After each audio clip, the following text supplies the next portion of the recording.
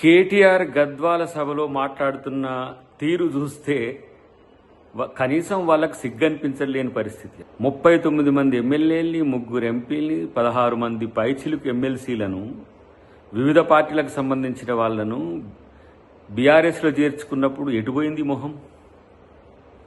మాట్లాడితే దమ్ముంటే రాజీనామా చేయించు, మగతనం ఉంటే రాజీనామా చేయించు అంటున్న కేటీఆర్, మరి ఆ రోజు మీకు మగతనం దమ్ము లేకుండానా ఇంతమందిని జాయిన్ చేసుకున్న రోజు?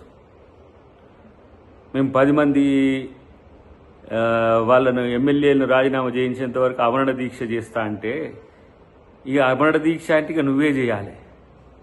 ఎందుకంటే గతంలో కేసీఆర్ గారు ఎట్లా ఆమరణ దీక్ష చేసిందో గట్టనే ఉంటుంది ఏమో నీది కూడా.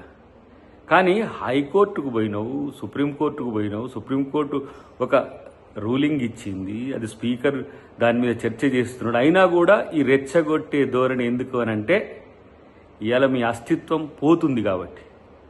తెలంగాణలో కనుమరుగవుతున్న బీఆర్ఎస్ పార్టీకి నేను నాయకుడిని అనుకుంటే అది నీ భ్రమ. కానీ ఇలా తెలంగాణలో మీ పార్టీ పరిస్థితి ఎంత ఘోరంగా ఉందో కనీసం తెలుసుకోరు.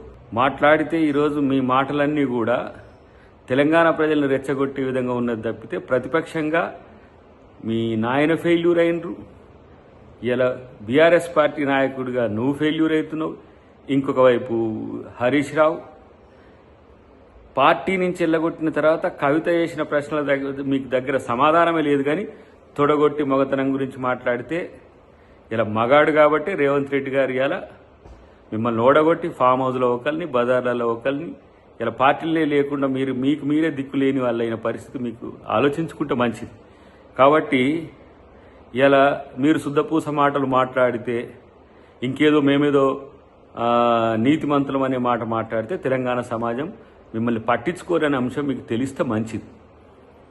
అన్నిటికంటే ముఖ్యంగా తెలంగాణ సమాజాన్ని, తెలంగాణను వంచిన మిమ్మల్ని ప్రజలు ఎప్పుడూ సహించరనే విషయం గుర్తుంచుకుంటే మరీ మంచిదని చెప్పి తెలియజేస్తుంది.